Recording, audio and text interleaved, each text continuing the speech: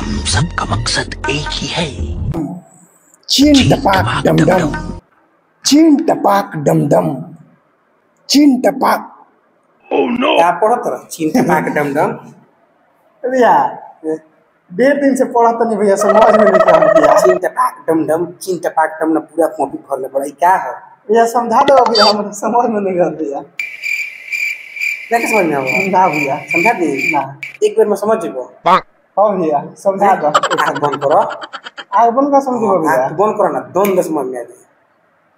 ठीक है भैया, मरवा ना भैया। ना ना हमारे आँख बंद करो। ठीक है भैया, चीन टपाक डम डम बोलो भैया। हाँ बिना बोलने ना बुझाई। ठीक। बोलो ना बोलो। बोल के हाँ बोलो, आँख बंद करो बोलो। चीन टपाक डम डम। अब बुझा गई हाँ भैया ये बुझा गई।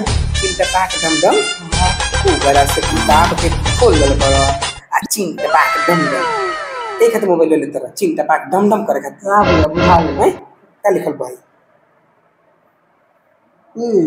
एप्पल, है क्या लिखल बा? बी फॉर बॉल, है क्या लिखल बा?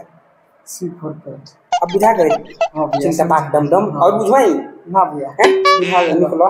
पूरा पीछे पीछे बुझा। हाँ तो बुझाता था निकला। देखा ना चीन टपाक डम डम, चीन टपाक डम पूरा कॉपी ये भर देला भाई। यूट्यूब पर रील देख के पागल आ जाता रहा।